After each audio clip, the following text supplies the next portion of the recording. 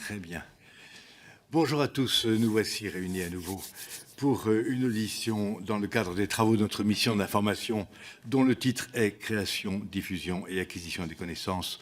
Comment l'intelligence artificielle transforme notre éducation et notre culture, avec l'audition de M. Vincent Luciani, cofondateur et président directeur général de la société Artefact, et de M. Thibaut Mutieli-Simonski, qui l'accompagne et à qui je souhaite évidemment, avec Madame la rapporteure, la bienvenue au sein de notre commission et que je remercie d'avoir accepté notre invitation. Après plusieurs années passées au sein du cabinet McKinsey, Monsieur Luciani, vous vous spécialisez dans les enjeux liés à la donnée et à l'intelligence artificielle et fondé Artefact en 2018. Cette société de services internationale, située à l'intersection du conseil de la science des données et des technologies de l'IA et du marketing, a pour ambition de faciliter et d'accélérer l'adoption de la donnée et de l'IA afin de produire un impact positif sur les organisations comme sur les individus. Notre démarche se caractérise par une approche résolument transversale au croisement des savoirs scientifiques et des pratiques professionnelles. Vous êtes aussi à l'origine du sommet international Adopt AI, sans doute, qui réunit des acteurs privés et des enjeux de démocratisation de l'intelligence artificielle, organisés sous le patronage du président de la République. À cette occasion, vous avez notamment travaillé sur les modalités d'adoption des nouveaux outils technologiques à l'échelle sectorielle. Par ailleurs, vous avez initié en partenariat avec MK2 un festival de courts-métrages produit à l'aide de l'IA, visant à mettre en lumière les expérimentations en cours et les nouvelles potentialités ouvertes par la révolution numérique. Dans cette perspective, il nous a donc semblé particulièrement utile d'entendre votre analyse et votre retour d'expérience sur les transformations profondes que l'intelligence artificielle opère aujourd'hui dans les domaines notamment de l'éducation et de la culture. Donc, je vais vous céder la parole, si vous voulez bien, pour un propos liminaire de 10 minutes, après quoi, Madame la rapporteure vous posera les questions prévues, évidemment, à l'ordre du jour. Je vous en prie. Alors, pour reprendre la parole, vous appuyez sur le bouton. Est-ce que vous m'entendez bien? Oui.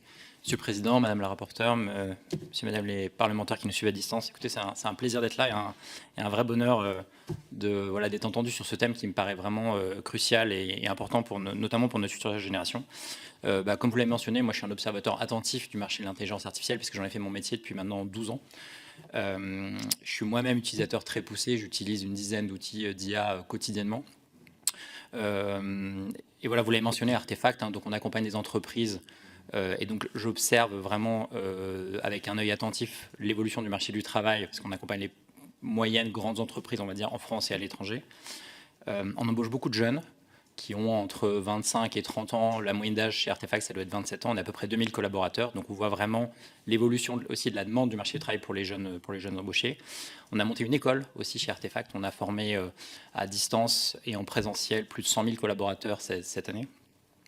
Et on a aussi un institut de recherche qui a notamment produit un papier de recherche en partenariat avec Odoxa l'année dernière sur le futur du travail. À titre personnel, je suis aussi papa de 2 petites filles. Et donc, voilà, je suis assez investi, très investi dans l'éducation.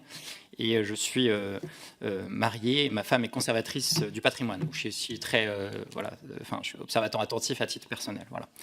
Je suis très promoteur de l'IA dans le cadre de mes activités professionnelles. Aujourd'hui, je vais essayer d'être un peu plus réservé. Alors, je tiens à vous préciser aux membres de la commission, je ne suis pas un expert ni de l'éducation ni de la culture. Donc, ce que je vais vous partager aujourd'hui, ce sont 2 observations personnelles tirées de l'enseignement.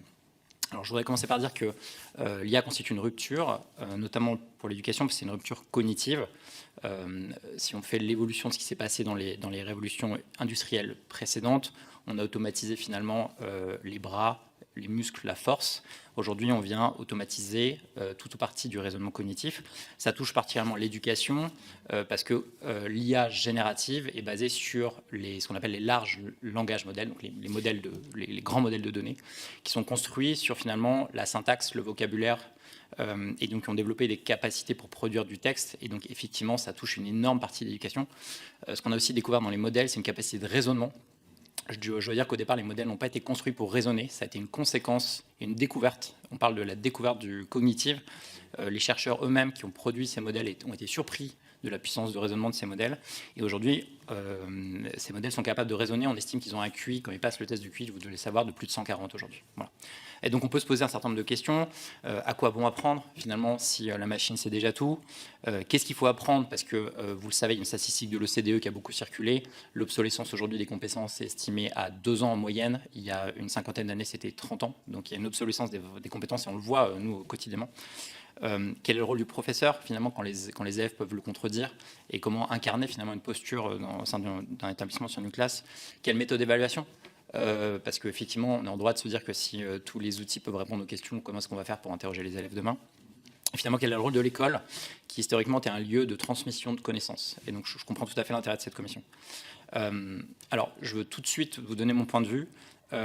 L'IA, à mon sens, notamment les outils type ChatGPT, produit ce qu'on appelle l'illusion du savoir. Je ne considère pas que l'IA, c'est le savoir. C'est autant le savoir que si vous déplaciez avec une encyclopédie en 24 volumes, et finalement, elle produit l'illusion du savoir, ce qui peut avoir un certain nombre de biais, on y reviendra.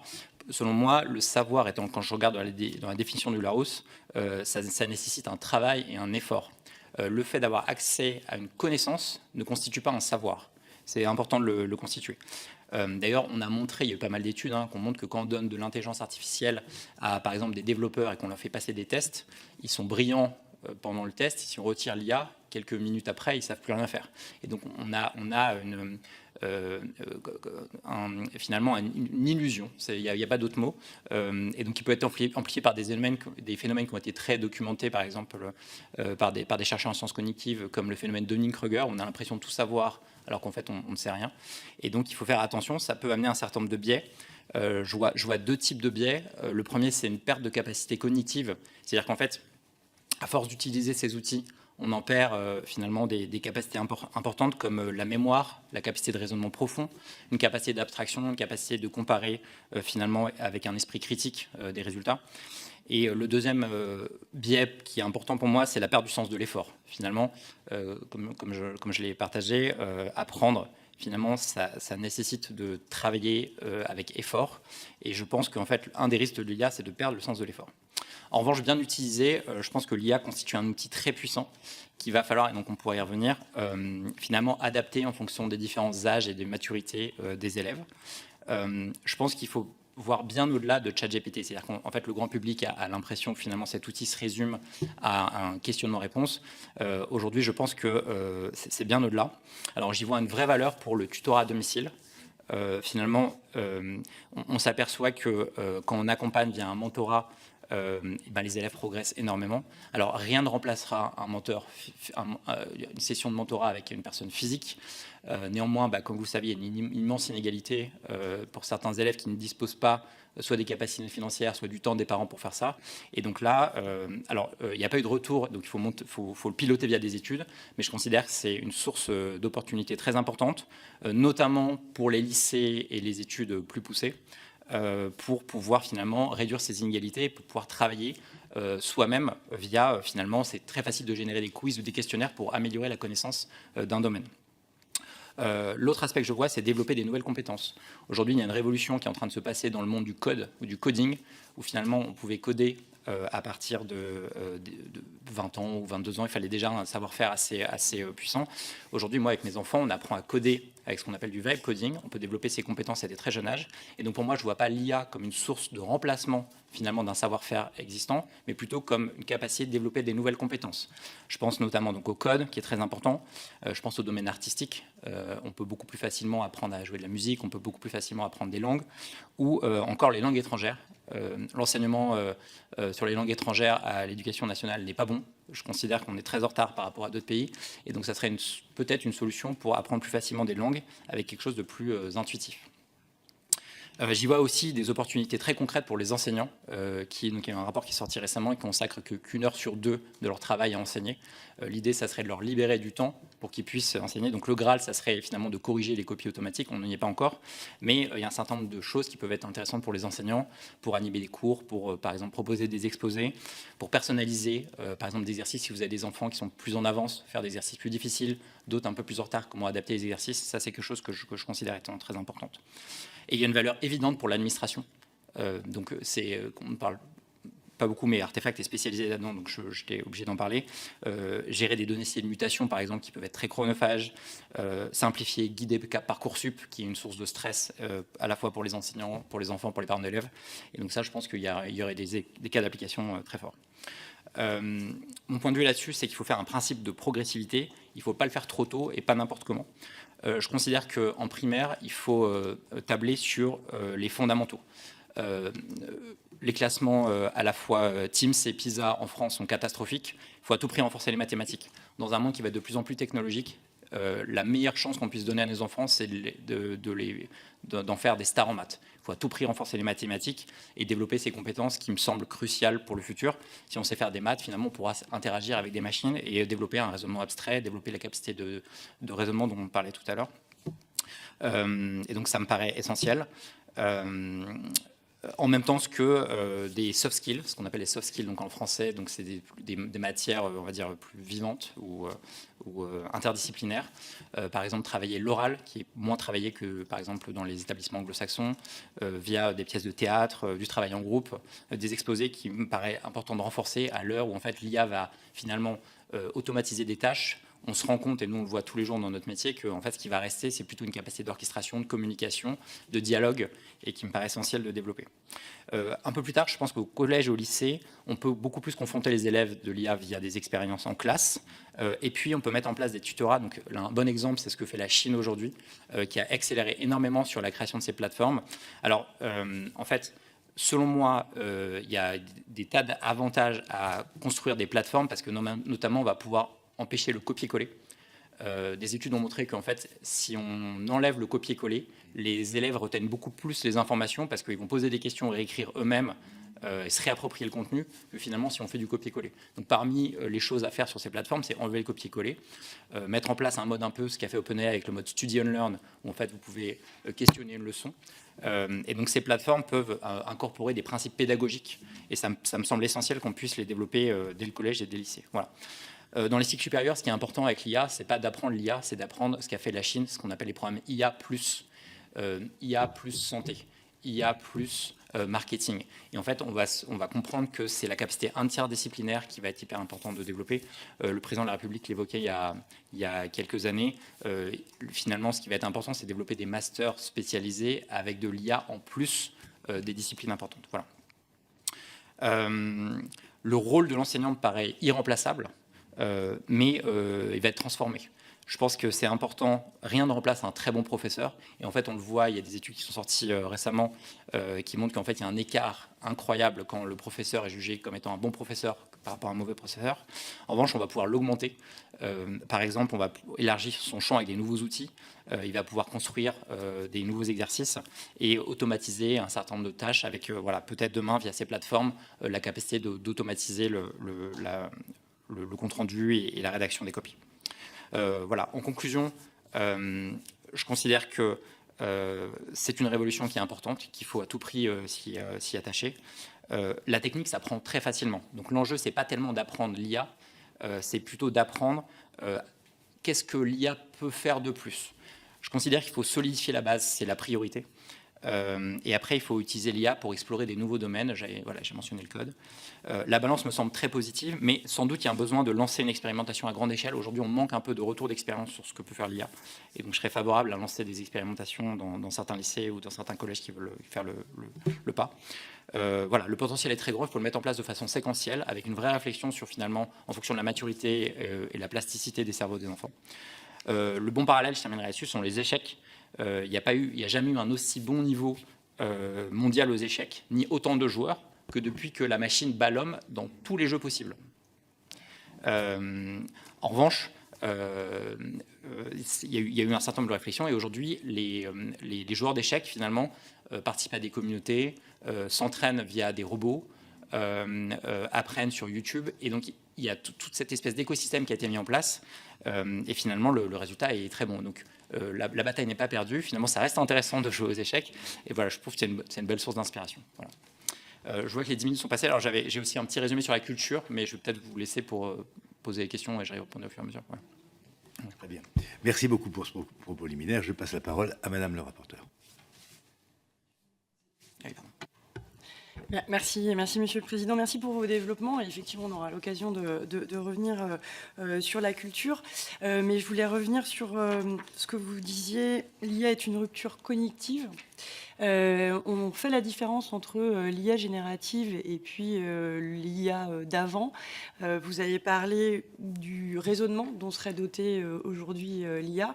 Est-ce que c'est grâce à l'IA générative? Est-ce que vous pouvez revenir, puisque vous accompagnez ces révolutions depuis plus d'une dizaine d'années, en quoi l'arrivée de l'IA générative, et notamment ChatGPT, qui n'est pas le seul outil, bien sûr, est un changement, pas seulement parce que c'est de l'IA, mais que là, on a changé d'échelle, en fait. Oui, donc l'IA, la définition de l'IA existe, vous devez savoir, depuis plus de 50 ans. Il y a eu plusieurs ruptures. L'IA d'avant, ce qu'on appelle l'IA d'avant, c'est ce qu'on appelle dans le jargon le machine learning, donc les machines apprenantes. La grosse différence avec l'IA générative, c'est qu'en fait, on partait d'un algorithme qui était neutre, qu'il fallait entraîner sur ce qu'on appelle un dataset, donc un ensemble de données, et qu'on allait travailler sur un cas précis.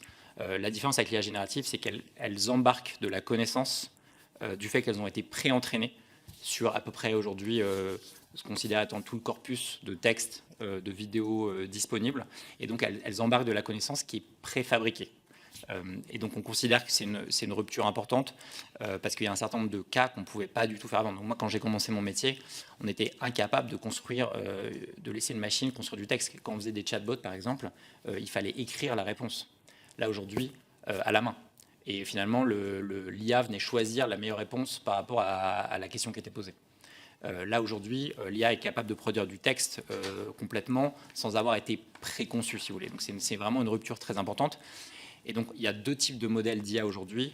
Dans les grands modèles, il y a les modèles de texte et les modèles de raisonnement. Par rapport à cette capacité de produire du texte, ces modèles ont aussi été entraînés de façon additionnelle pour fournir du raisonnement.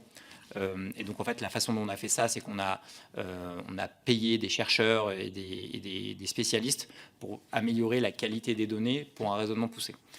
Et donc, aujourd'hui, on est capable, les IA sont capables de répondre à... alors, j'ai fait le test récemment, mais elle rentre son problème à l'école polytechnique sans aucun problème. Elle passe tous les tests avec succès.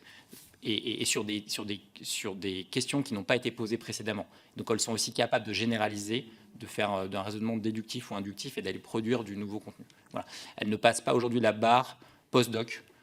J'avais testé à l'époque avec mon père qui est chercheur en physique. Et donc, quand on pose des questions précises sur des théorèmes de maths avancés, elles ne sont pas capables d'y répondre. Donc, on estime que le niveau aujourd'hui de raisonnement, c'est le niveau d'un PhD ou d'un... voilà, mais c'est bien au-dessus du bac et bien au départ des études supérieures. Donc je considère que c'est une rupture cognitive dans ce sens. Après, voilà, elles ont aussi leurs limites. Aujourd'hui, elles ne sont pas capables alors Yann Lequin lance sa société là-dessus, mais elles ne sont pas capables de créer une compréhension du monde physique. Et donc, par exemple, si on lui demande si on décale un objet, qu'est-ce qui va se passer, elles ne sont pas capables de comprendre qu'elle va tomber de la table. Donc, elles ont aussi des limites par rapport à ce que peut faire un cerveau d'enfant, mais sur tout ce qui est, on va dire, connaissance, texte et raisonnement, elles sont très avancées. Merci beaucoup. Vous avez justement, par votre réponse, souligné le rôle des données comme fondamental. C'est vrai que notre mission d'information parle de la création, de la diffusion, de l'acquisition des données. On aurait pu y ajouter un autre point, qui est l'utilisation des connaissances dans la création même de ces modèles. On a des connaissances qui paraissent disponibles, d'autres pas. Comment vous faites par rapport aux clients que vous accompagnez, justement, pour les avertir de cette question de la maîtrise des données. Les données, est-ce qu'il faut qu'elles soient diverses? Est-ce qu'il faut respecter le fait qu'elles soient libres de droit? Comment on a une connaissance fine ou parfois pas assez fine des données qui ont servi aux entraînements de ces modèles? Alors, avec la nouvelle loi l'IA Act qui est progressivement en train d'entrer en vigueur, il y a une obligation de partager un certain nombre d'informations sur les données qui ont été utilisées, avec un niveau de granularité qui est discutable. Aujourd'hui, il y a beaucoup de débats sur finalement la granularité. Donc, ça fait partie des choses qui sont encore en discussion dans les décrets d'application. Mais il y a une obligation, en tout cas, de partager ces informations au-delà d'une certaine taille, notamment de modèle, un certain niveau de criticité. Donc ça, c'est pour les données d'entraînement, qui constituent finalement la moitié du travail. L'autre moitié du travail consiste à à utiliser les capacités de raisonnement de ces modèles pour aller les appliquer à des applications chez nos clients qui ne marchent que si eux-mêmes mettent à disposition leurs données. Et donc en fait, on se retrouve avec deux types de données, des données qui sont en fait ouvertes, qui ont été incorporées dans le modèle, dans les poids du modèle, et en fait dont le modèle se souvient, et des données privées qui appartiennent finalement aux institutions publiques ou privées qui vont utiliser les capacités de raisonnement des modèles appliquées à leurs données.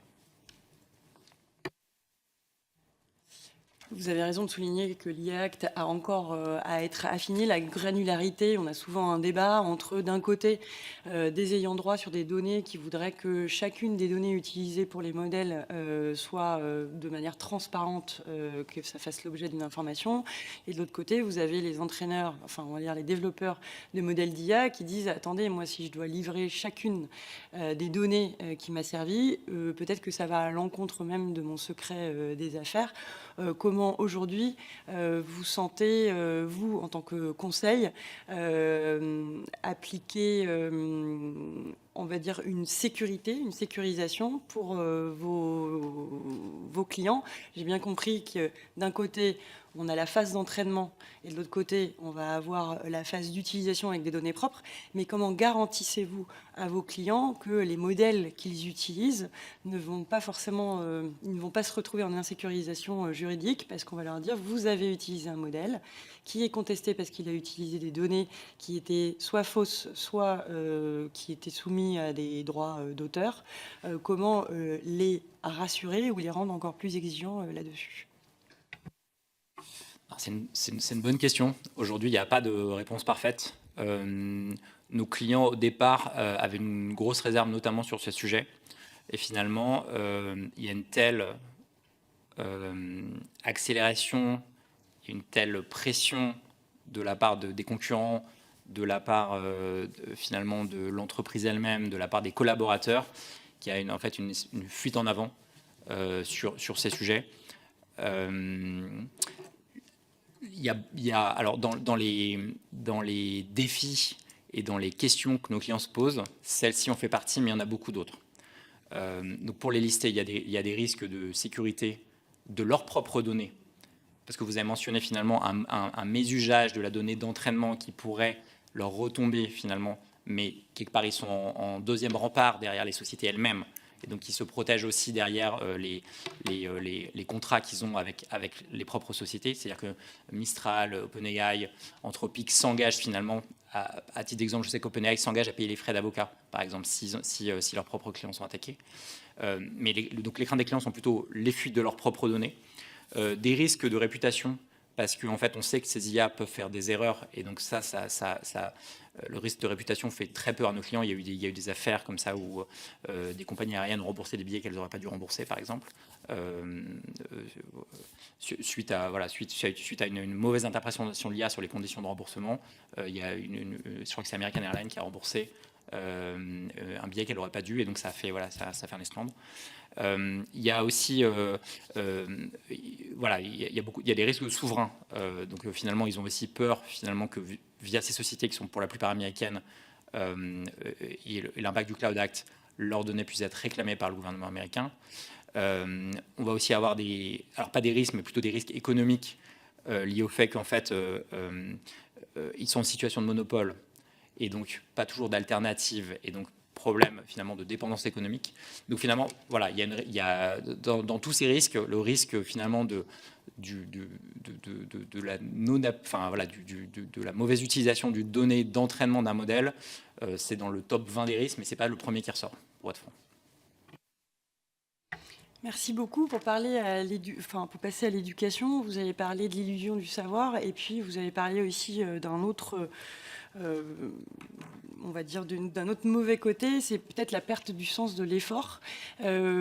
Aujourd'hui, comment soulever et dépasser cette illusion du savoir et gratifier un effort récompensé? Comment, d'après vous, dans le domaine de l'éducation, qu'on se place chez les plus petits, mais aussi l'enseignement supérieur, comment redonner ce sens de l'effort? Moi, je considère qu'on ne peut pas apprendre si on n'a pas fait un certain effort. Donc, le savoir magique n'existe pas. Je ne crois pas que ce soit à cause de l'IA qu'on ait la perte de l'effort. Finalement, on est dans une... Je dirais pas une société, mais l'évolution de notre société fait qu'en fait, on a accès à tout très facilement. Le savoir, finalement, ça fait partie d'une liste de choses sur lesquelles on peut accéder à des choses très facilement. Selon moi, il faut réfléchir sur la façon technologique et la façon dont on va encourager l'usage de ces plateformes. L'exemple que je donnais tout à l'heure du copier-coller, pour moi, est assez parlant. Des études ont montré, finalement, que si on utilise la fonction copier-coller, et donc, finalement, l'effort est minime, pour répondre à une question, c'est-à-dire qu'en fait, on va poser la question de l'instituteur dans ChatGPT, on copie-colle la réponse et on la met directement dans le texte. Il n'y a aucune capacité cognitive qui a été déployée, donc on mesure le signal électrique, c'est 0. Et il n'y a aucun effort de rétention, et donc on ne se souvient de rien.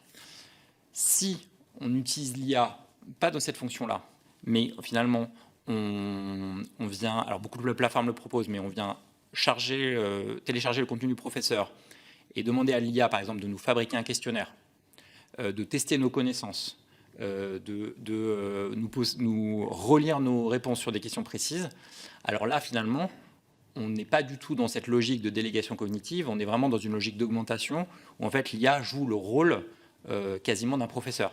Donc, alors, je pense que pour pouvoir faire ça, il faut une certaine maturité, donc sans doute à partir de 14, 15, 16 ans, on ne va pas demander ça à un enfant de 8-9 ans. Voilà, donc en fait pour moi il faut placer l'IA dans une logique de gamification, mais qui vient travailler l'effort cognitif et pas finalement remplacer via une délégation où on vient complètement mettre une réponse toute faite.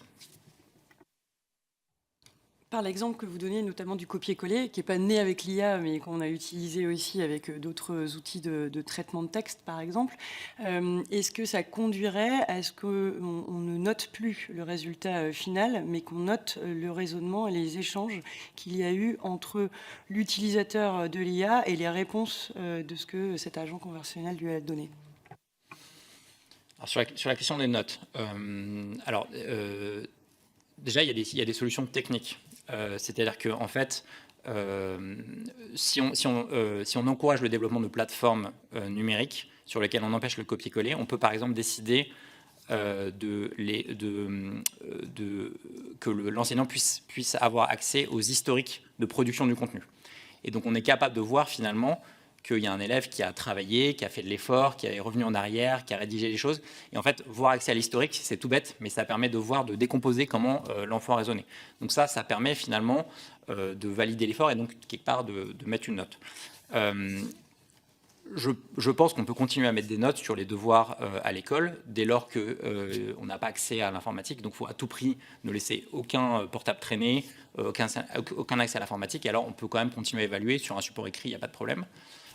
C'est sûr que les supports à la maison sont de plus en plus difficiles à évaluer, peut-être en dehors de ces plateformes numériques, parce que si on crée ces bonnes plateformes numériques, elles sont pensées pour que l'élève puisse travailler dessus en interdisant le copier-coller, alors on va pouvoir continuer à faire des évaluations à l'écrit. Mais il y avait déjà une énorme hétérogénéité lorsque le parent accompagnait les devoirs et les parents qui n'accompagnaient pas les devoirs. Donc finalement, c'est un problème qui existait déjà. Au-delà de ça, je crois qu'on peut aussi encourager, mais qui est un problème qui existait avant l'IA, l'évaluation à l'oral, qui est déjà très soutenu sur un certain nombre de concours. Le concours de Shih Tzu, par exemple, ça faisait partie vraiment des sélections. On peut beaucoup plus l'encourager plus tôt, au collège, au lycée, même en primaire. Et donc ça me paraît des compétences importantes à développer. Et donc on pourrait commencer à évoluer les élèves dessus. Il y a quelque chose que l'IA ne peut pas aussi remplacer, c'est le travail en groupe. Et donc ça, on pourrait aussi beaucoup plus évaluer les travaux en groupe, où là, finalement, l'IA peut être un support intéressant, mais ne va pas remplacer finalement des discussions et puis se mettre d'accord entre les élèves. Donc ça, c'est des choses... Voilà, donc réfléchir finalement à les solutions technologiques qui permettent de continuer à évaluer les travaux écrits, tout en complétant les évaluations écrites par des évaluations sur lesquelles l'IA a moins d'impact, l'oral, le groupe. Si je peux me permettre un complément sur la notation de la qualité du raisonnement, des entreprises ont déjà commencé à intégrer une session où on n'évalue pas le rendu du candidat, mais la qualité de ses interactions et des questions qu'il a posées à l'intelligence artificielle. Oui, je voudrais revenir un petit peu sur votre propos liminaire. Là, vous avez, avec beaucoup de pertinence, si vous permettez ce compliment, pointé clairement indiqué que il y avait une illusion du savoir, il y avait un risque d'illusion du savoir et que l'IA ne pouvait pas remplacer l'effort intellectuel, cognitif, qu'est l'apprentissage, au fond. Vous avez également indiqué un certain nombre de pistes pratiquement opératoires pour un apprentissage de l'IA du primaire à l'université. Donc ça amène la question suivante. Avez-vous, en tant qu'entreprise de service, des contacts avec des institutions éducatives françaises ou étrangères dans ce domaine-là, pour leur proposer, au fond, vous parlez d'une plateforme qui pourrait être construite. Je pense que c'est une idée à creuser sérieusement, et nous verrons bientôt le ministère de l'Éducation nationale à ce sujet. Mais avez-vous vous-même déjà entrepris quelque chose dans cette direction-là? Alors nous-mêmes, comme je mentionnais en introduction, on a construit une école, et donc via l'école, on a notre propre plateforme sur laquelle on dispense des cours. Chaque élève dispose de son IA personnalisée pour faire des recommandations sur les modules à suivre. Donc on a déjà cette logique d'accompagnement individualisé et on favorise des compétences hybrides. Alors on va à la fois avoir des formations physiques, des e-learning, des formations à distance, et puis on va encourager les élèves à aussi développer certains modules. Et donc l'IA recommande ces modules. Donc on utilise la possibilité de suivre de façon personnalisée tous ces élèves.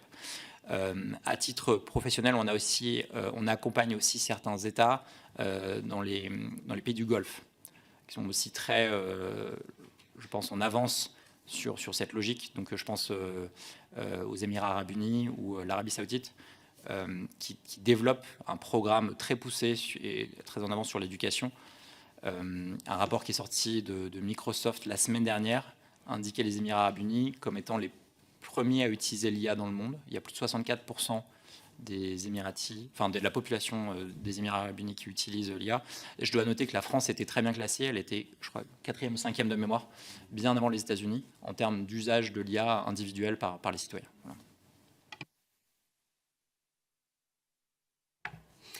Si on se place du côté de la culture, vous avez dit d'ailleurs qu'on pouvait avoir des nouvelles compétences chacun, notamment on pouvait créer. Aujourd'hui, c'est l'activité, c'est la source de rémunération de nombreux artistes ou auteurs.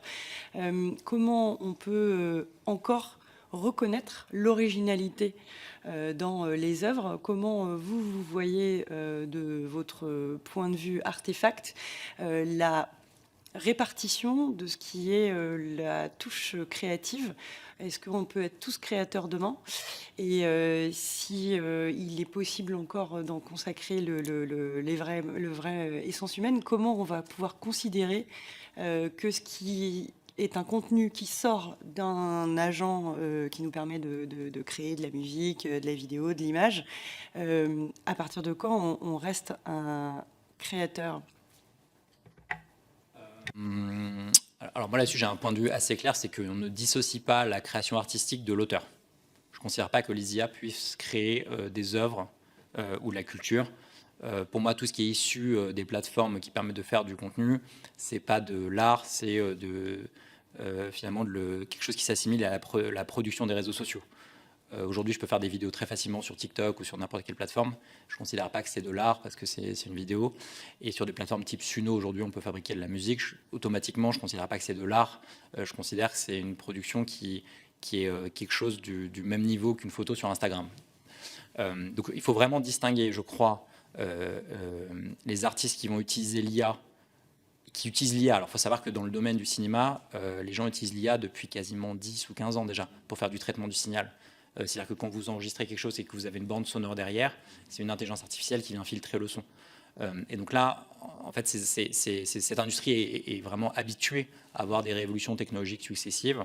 Elles ont eu les effets spéciaux, la VFX, le son 3D. Donc c'est des gens qui incorporent finalement dans leurs habitudes de travail l'intelligence artificielle. Et je crois tout à fait que ça va être à la fois une source de simplification sur la chaîne de la valeur de la construction du cinéma, parce qu'on parlait du cinéma, et à la fois une nouvelle source de créativité.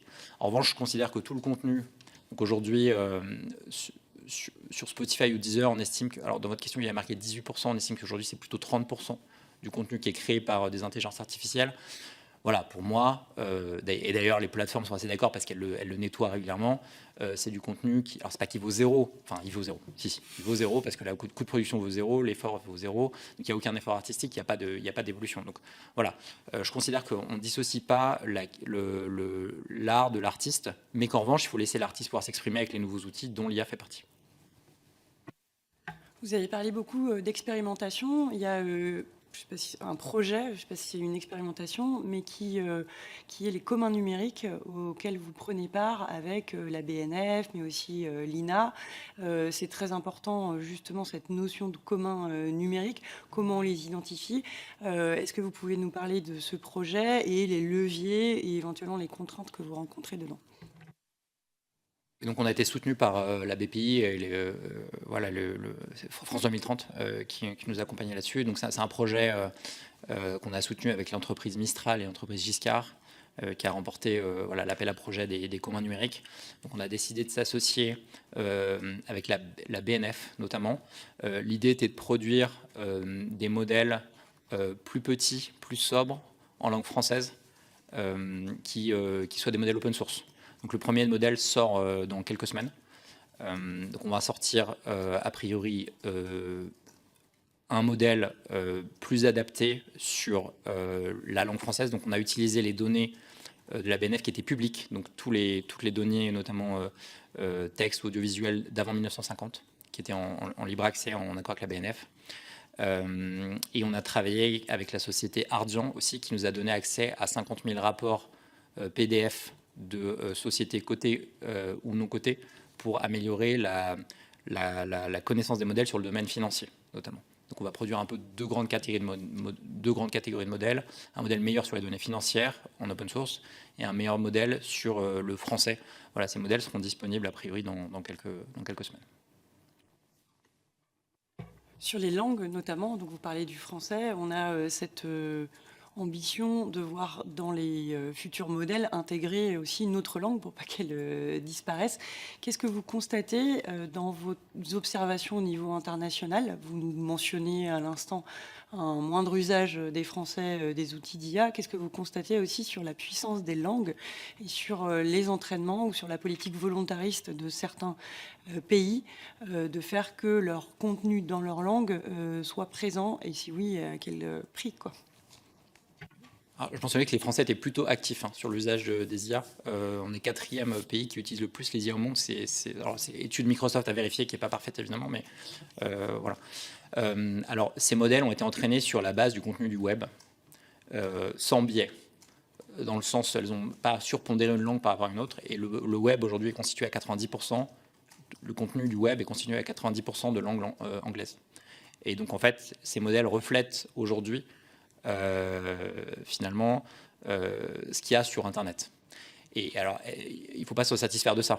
C'est-à-dire qu'aujourd'hui, ce n'est pas parce qu'on a des contenus de piètre qualité sur Internet que les modèles doivent intégrer ces contenus de piètre qualité. C'est pour ça, moi, je considère à titre individuel que c'est important de développer aussi des modèles surpondérés sur du français, surpondérés sur notre culture, surpondérés sur notre éthique. En fait, on s'aperçoit que ces modèles vont à la fois refléter ce qu'il y a sur Internet, mais ils vont aussi refléter la culture et les ambitions de leurs propriétaires alors juste pour rentrer un petit peu dans la technique, il y a deux phases d'entraînement d'un modèle. Il y a une phase qu'on appelle du pré-training, où en fait, il y a très peu de biais dans cette phase-là. On vient aspirer du contenu sur Internet et entraîner les modèles à répéter les mots qu'on voit sur Internet. Et il y a une deuxième phase qui est beaucoup plus sujet à débat, qui s'appelle le post-training, où en fait, on embauche des gens pour choisir dans les réponses possibles la meilleure réponse.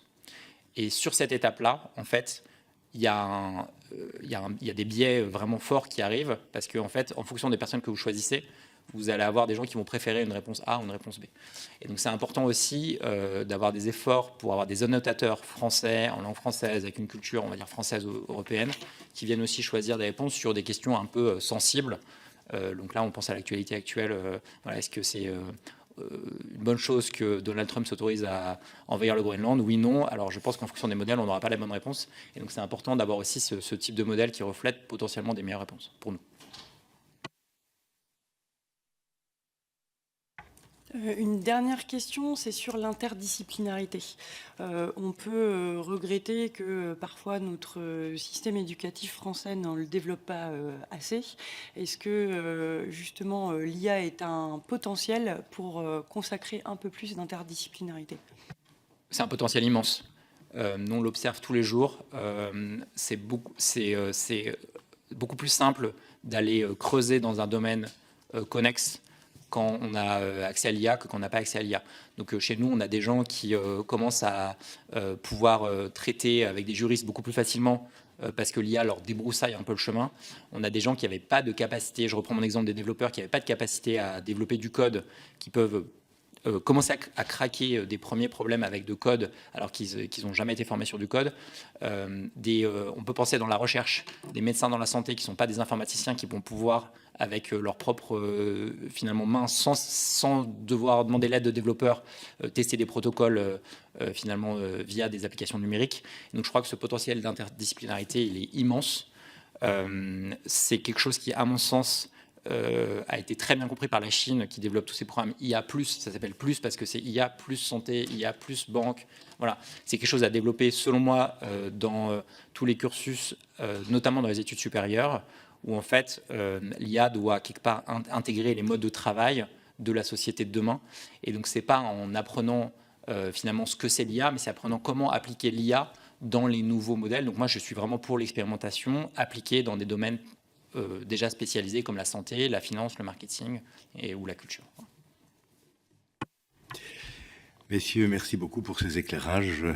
Ça a été très précieux de vous entendre, notamment sur la question, évidemment sur la question culturelle, mais sur la question éducative qui me tient particulièrement à cœur. J'ai noté un certain nombre de pistes intéressantes et je voulais vous encourager à vous rapprocher des institutions éducatives de notre pays, soit au niveau institutionnel, soit directement auprès de l'université, parce que il faut que nous fassions, comment dirais-je, que nous groupions nos forces de manière à ce que l'IA puisse s'implanter utilement dans le système éducatif français à tous les niveaux. En tout cas, merci encore de votre contribution. Merci, Monsieur le Président. Merci, Madame la rapporteure.